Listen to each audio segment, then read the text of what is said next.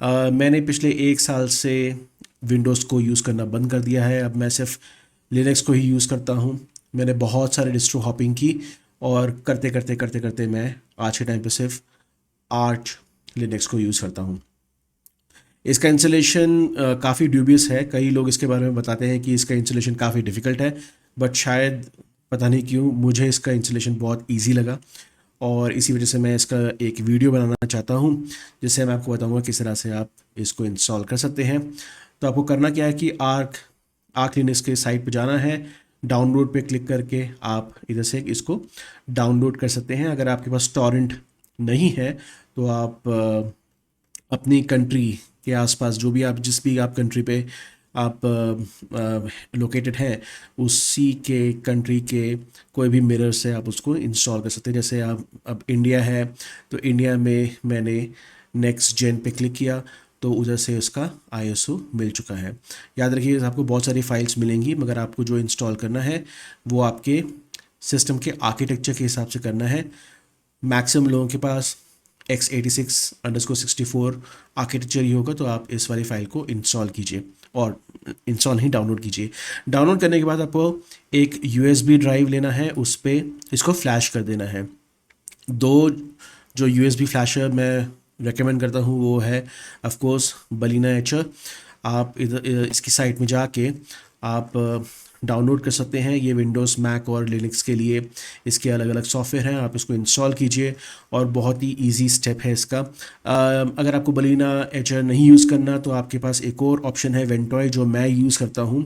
मैं वेंटॉय हर एक डिस्ट्रो को इंस्टॉल करने के लिए यूज़ करता हूँ, बट कुछ महीनों से मैं आर्च लिनक्स को वेंटॉय के साथ नहीं इंस्टॉल कर रहा, क्योंकि वेंटॉय में जब भी मैं आर्च लिनक्स को डालता हूँ और फिर उसको बूट करने की कोशिश करता हूँ तो कोई ना कोई एरर आता है। हालांकि एक वीडियो बनाऊंगा वेंटॉय। आप बिल्कुल एक चीज़ समझ लीजिए कि एक बार आपने वेंटॉय को यूज़ कर लिया तो आप कभी भी किसी और यूएसबी फ्लैश सॉफ्टवेयर के पास नहीं जाएंगे। चलिए वापस करते हैं।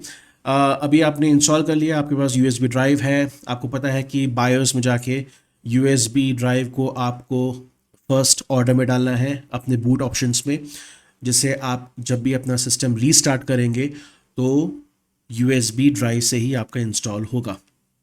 अभी मैं इन सब चीज़ों में नहीं जाऊँगा, मैं डायरेक्टली इंस्टॉलेशन स्टेप पे जाता हूँ। तो चलिए इंस्टॉलेशन शुरू करते हैं।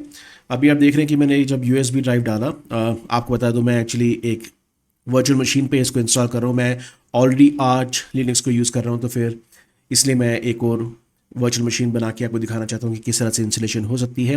बट आइडियली यही सारे स्टेप्स रहेंगे अगर आप इसको ड्यूअल बूट या सिंगल बूट के लिए एक फ्रेश इंस्टॉल कर रहे हैं अपने पीसी पे। तो आप जब यूएसबी ड्राइव डालेंगे और जब आपका सिस्टम बूट होगा तो आपको पहला स्क्रीन ये नज़र आएगा।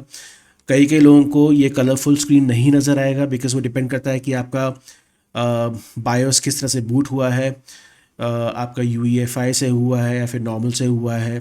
तो उसके बारे में ज़्यादा सोचिए मत, आपको ये सारे ऑप्शंस नज़र आएंगे।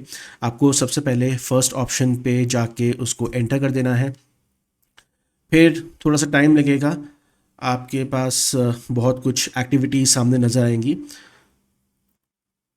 तो वेलकम टू आर्च लिनक्स, और ये थोड़ी सी एक्टिविटीज़ चलती रहेंगी। कोई नहीं, किसी के सिस्टम पे थोड़ा सा स्लो चलेगा, किसी के सिस्टम पे बहुत ज़्यादा फास्ट हो सकता है। मैं एक्चुअली वर्चुअल मशीन यूज़ कर रहा हूँ, इसलिए कुछ कुछ चीज़ें आपको स्लो नज़र आएंगी, मगर वो इतना स्लो नहीं होता। ऑलराइट, तो जब आप इंस्टॉलेशन के लिए रेडी हैं तो आपको ये स्क्रीन नज़र आएगी। याद रखिएगा, आप ये स्टेप पढ़िए, for Wi-Fi authenticate to the wireless network using the IWCTL utility. इसका मतलब स्ट्रेट अवे अगर आप डेस्कटॉप पे यूज़ कर रहे हो और आपका या फिर लैपटॉप यूज़ कर रहे हैं जिसमें आपका वायर्ड कनेक्शन है, जहाँ आपने वायर से कनेक्ट किया इंटरनेट, तो उसमें आप ये स्टेप इग्नोर कर दीजिएगा। मगर अगर आपके पास वाईफाई सेटअप है मेजरली लैपटॉप के लिए, तो आपको एक स्टेप एडिशनल करना पड़ेगा, जहाँ पर आपको IWCTL यूटिलिटी चलानी पड़ेगी। वो बहुत सिंपल है। इसका एक बहुत अच्छा गाइड है।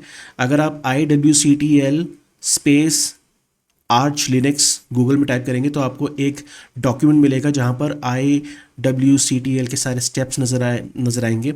अल्टीमेटली करता क्या है कि आपके ये जितने भी ओपन स्टेशंस हैं वाईफाई के स्टेशंस वो स्कैन करेगा, फिर उसमें आपका जो SSID है, जो मैंने आपका जो वाईफाई का आईडी है वो आप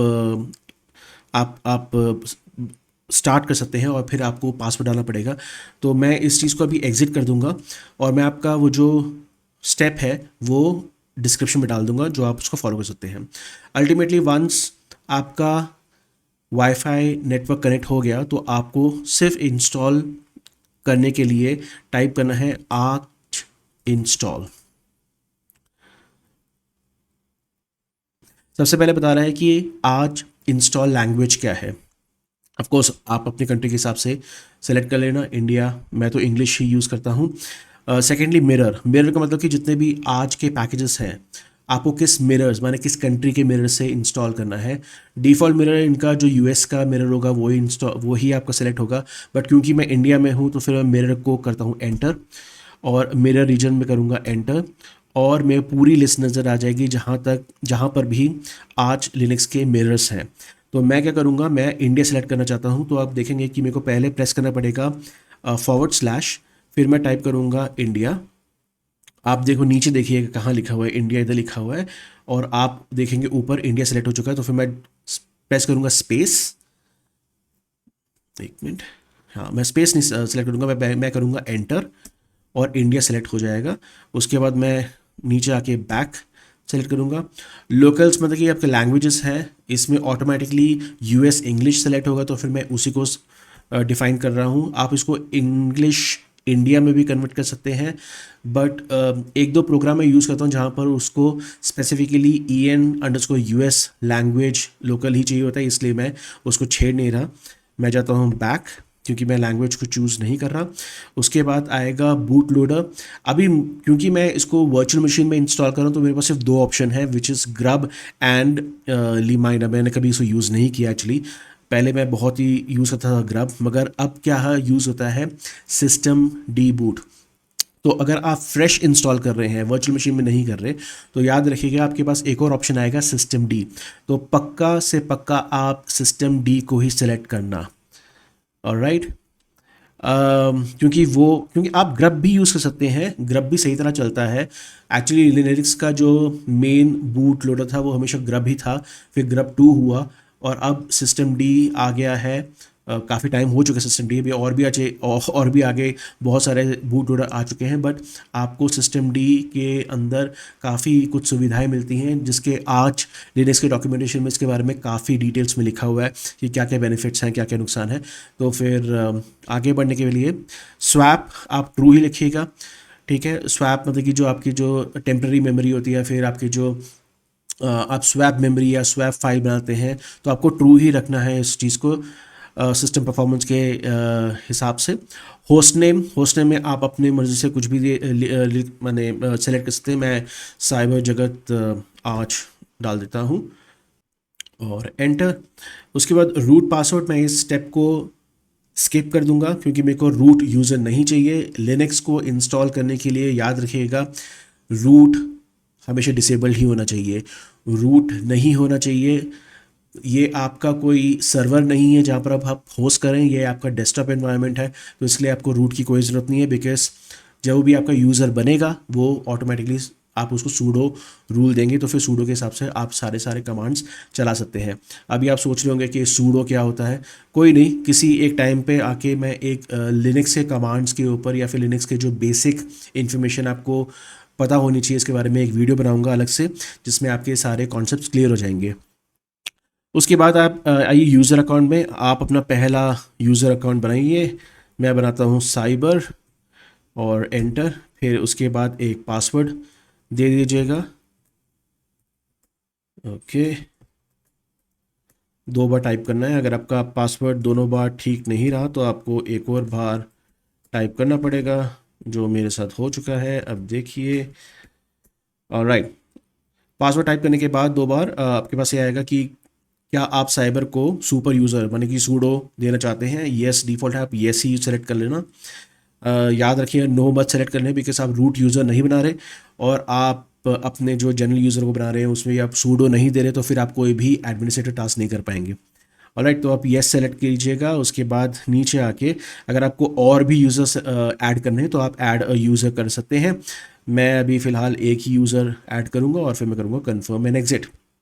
प्रोफाइल, प्रोफाइल क्या होता है कि आपके जो डेस्कटॉप एनवायरनमेंट है, आपने कुछ ऐसे सुने होंगे, मैं एक्चुअली आपको दिखाता हूँ टाइप में जो आपके आपके पास क्या क्या है।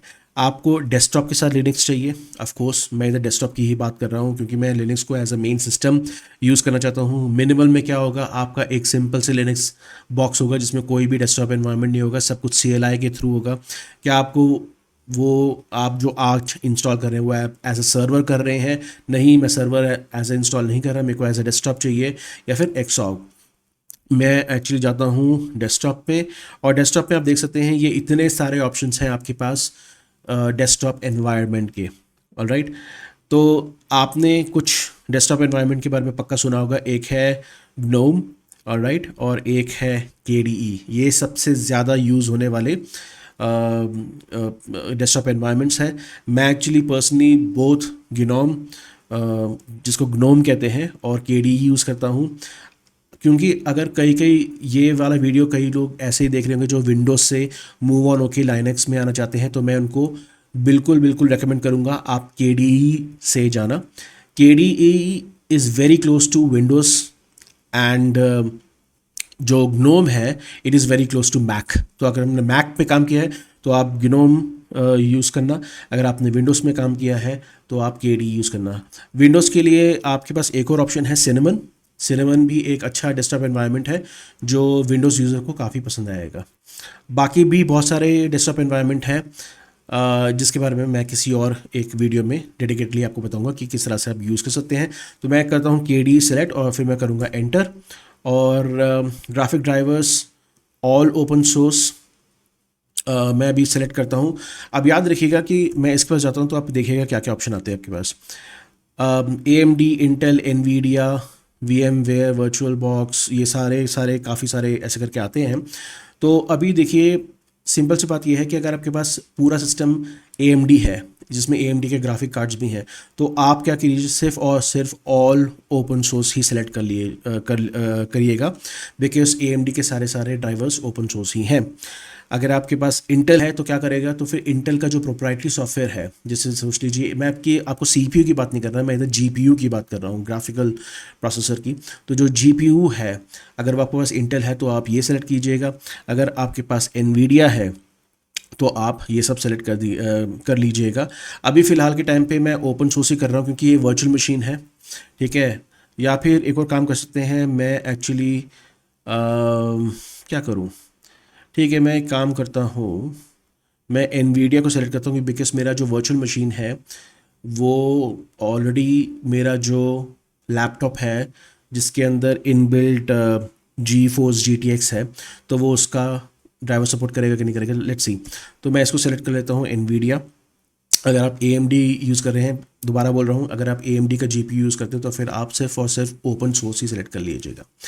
ग्रीटर SDDM, ये थोड़ा सा कॉम्प्लिकेटेड सब्जेक्ट है इसलिए मैं इसलिए नहीं जाऊँगा। याद रखिएगा जब भी आप KDE इंस्टॉल कर रहे हैं तो आपका जो ग्रीटर होता है, जो आपका ग्रीटिंग स्क्रीन आता है जिसमें आप लॉगिन ID और पासवर्ड डालते हैं, वो SDDM कहते हैं उसको। सिमिलरली अगर आप ग्नोम को इंस्टॉल कर रहे हैं तो आपका ग्रीटर होगा GDM। तो इसको आप चेंज मत कीजिएगा, आप इधर आ जाइएगा, सेलेक्ट होने के बाद बैक। ऑडियो, ऑडियो आपके पास दो ऑप्शंस है, पाइप वायर और पल्स ऑडियो। पल्स ऑडियो अब पुराना हो चुका है, पाइप वायर नया है, तो आप पाइप वायर यूज़ कर लीजिएगा। नो ऑडियो सर्वर करेंगे तो फिर आपको कोई आवाज़ सुनाई दे रही है कि नहीं, तो ठीक है। पाइप वायर सेलेक्ट करने के बाद अब आता है कर्नल। कर्नल में आपके पास चार ऑप्शंस हैं। लिनक्स डिफ़ॉल्ट, 99% केसेस में आप इसी को सेलेक्ट कीजिएगा। लिनक्स हार्डन, LTS और जेन वर्जन, इसके बारे में मैं किसी और टाइम पे एक वीडियो बनाऊंगा, अभी इस वीडियो के लिए इतना इम्पोर्टेंट नहीं है। तो मैं इस चीज़ को स्किप करके अभी फ़िलहाल सिर्फ और सिर्फ लिनक्स को इंस्टॉल करता हूँ। अभी आता है नेक्स्ट आता है एडिशनल पैकेजेस। एडिशनल पैकेजेस में आपको क्या है कि देखिए, जब आपका लिनक्स इंस्टॉल हो जाएगा तो आपके पास तब ऑप्शन होगा, आप कोई भी पैकेजेस लाइक आपको ब्राउज़र चाहिए, फायरफॉक्स चाहिए, आपको गिट चाहिए, नोट जेएस चाहिए, वीएस कोड चाहिए, या फिर आपको कुछ गेम इंस्टॉल करने के लिए स्टीम इंस्टॉल करना है, तो ये सब चीज़ें आप बाद में भी कर सकते हैं। मगर आपको चाहिए कि आपको जब डेस्कटॉप तैयार हो तो उसमें ये सब सॉफ्टवेयर पहले से ही हो। तो याद रखिएगा कि इस स्टेप में वही सारे सॉफ्टवेयर आप सिलेक्ट कर पाएंगे जो आज के पैकेज, पैकमैन क्या होता है वो मैं आपको बताऊंगा आगे जाके। मे बी जब नेक्स्ट वीडियो में आपको बताऊंगा कि आज को किस तरह से आप फुल कॉन्फ़िगर कर सकते हैं, आपको क्या क्या बेसिक इंस्टॉल करना है, वो जब सेकंड वीडियो बनाऊंगा तब आपको पता चल जाएगा। बट अभी के हिसाब से मैं बताता हूँ कि जो आज का जो पैकेज मैनेजर है, जो उसमें जो अवेलेबल है आज के टाइम पे, वही आप इंस्टॉल कर सकते हैं। तो बेसिकली मेरे को क्या चाहिए होगा, मेरे को फायरफॉक्स चाहिए होगा, ठीक है, और मुझे गिट चाहिए होगा कि मेरे को कुछ चीज़ें अगर गिट लाइब्रेरी से क्लोन करनी है और इंस्टॉल करना है तो वो चाहिए होगा।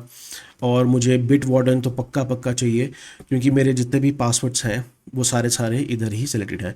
तो मैं 3 सॉफ्टवेयर यूज़ कर रहा हूँ। तो ये क्या करेगा, verify that additional packages are there. तो ये क्या वेरीफाई करेगा कि आज लाइब्रेरी में ये सब पैकेजेस अवेलेबल है कि नहीं सेम नाम से।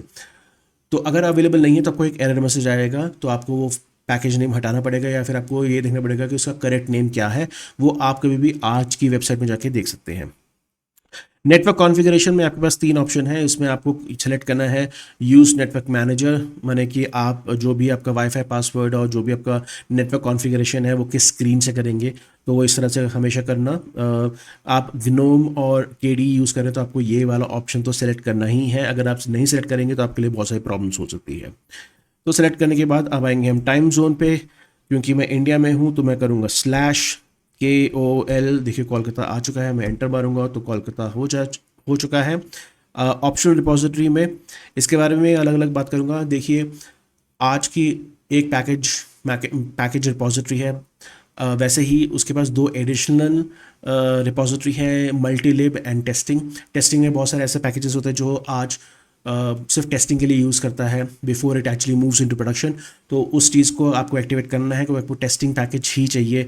तो वो मल्टीलिब को आप सेलेक्ट कर लीजिएगा। उसके रीज़न है क्योंकि स्टीम ओएस और वाइन, वाइन क्या होता है, WINE, पीने वाला वाइन नहीं, मगर ये विंडोज़ के एप्लीकेशन चलाने वाला वाइन।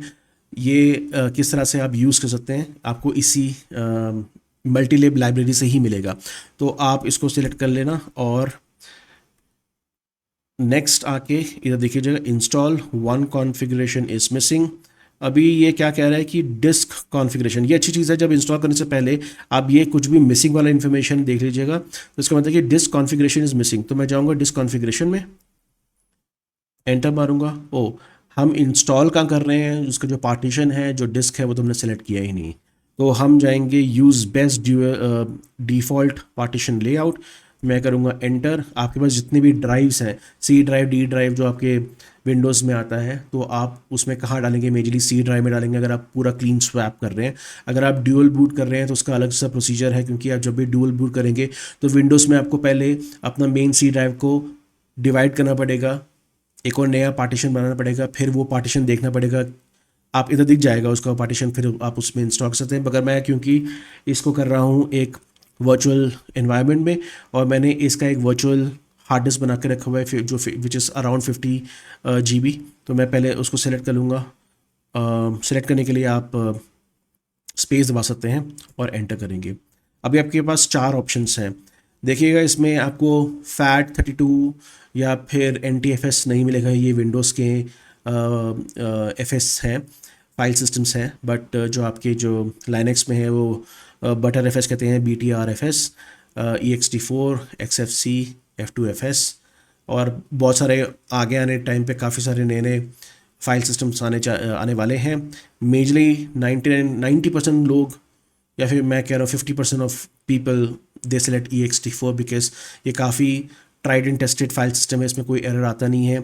मगर आज के टाइम पे बटर FS काफ़ी लोग यूज़ कर रहे हैं, जिनको अपने सिस्टम रिस्टोरेशन के लिए स्नैपशॉट फीचर्स चाहिए, और काफ़ी सारे सिक्योरिटी के हिसाब से काफ़ी अच्छा है बटर FS। बिकॉज आप बटर FS को ही यूज़ करना, BTRFS। और फिर बाद में आपसे क्वेश्चन पूछेगा कि subvolume, would you like to use butter FS subvolume with default structure, yes. Would you like to use compression और डिसेबल COW। अगर आपको कंप्रेस्ड फाइल चाहिए सारी सारी जो भी इंस्टॉल हो जिससे एक्स्ट्रा प्रोसेसिंग लगेगी तो आप यूज़ कर लेना। मैं एक्चुअली यूज़ नहीं करता, मैं हमेशा इसको डिसेबल कॉपी ऑन राइट करता हूँ। राइट, अभी हम आएंगे सबसे नीचे और इंस्टॉल पे जब हम जाएंगे तो फिर अभी देखिए कोई एरर नहीं आ रहा, कोई मिसिंग नहीं आ रहा, और मैं करूँगा इंस्टॉल पे क्लिक।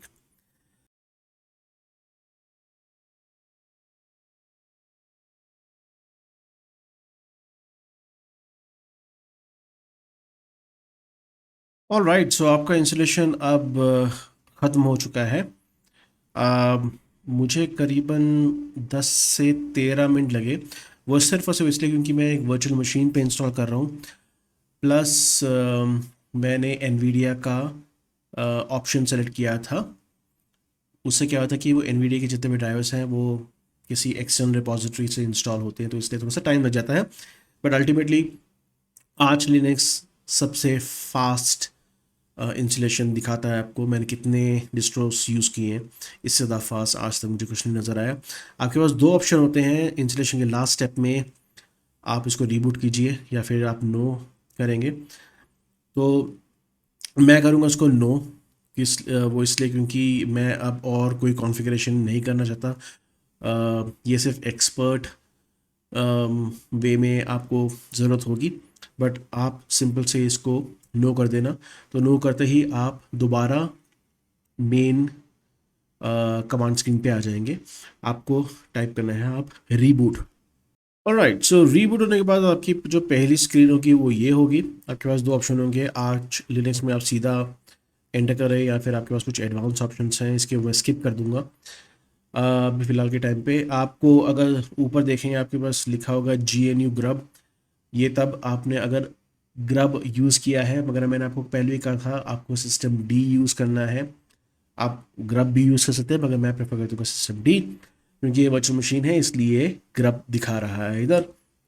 अगर आपको क्या करना है, आपको आर्च लिनक्स सेलेक्ट करना है और आपको एंटर प्रेस करना है।